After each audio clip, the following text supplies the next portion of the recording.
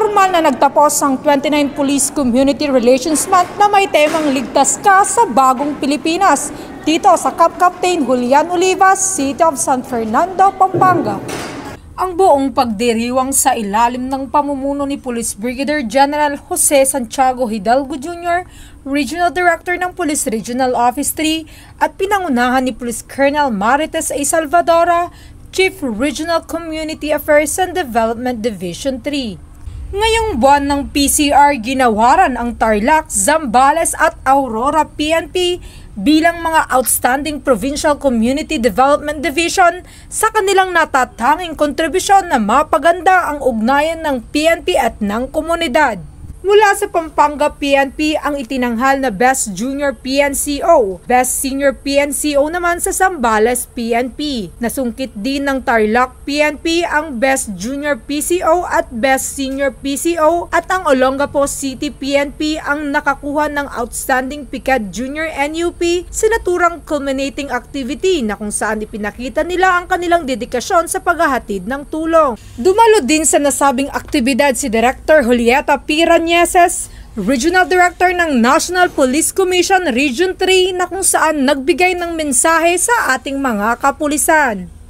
As we end this month-long event, let us carry the spirit of police community partnership with us every day, not just this month, but all throughout the year. Strong police community relations do not stop at the end of the PCRM. This is just the beginning of a renewed commitment to unity and collaboration. Let us move forward with the same spirit of partnership and dedication that has defined this month. Samantala, idinitalya naman ni Police Lieutenant Colonel Karen Clark, Deputy Chief ng ARCAD 3, ang layunin ng kanilang pagdiriwang.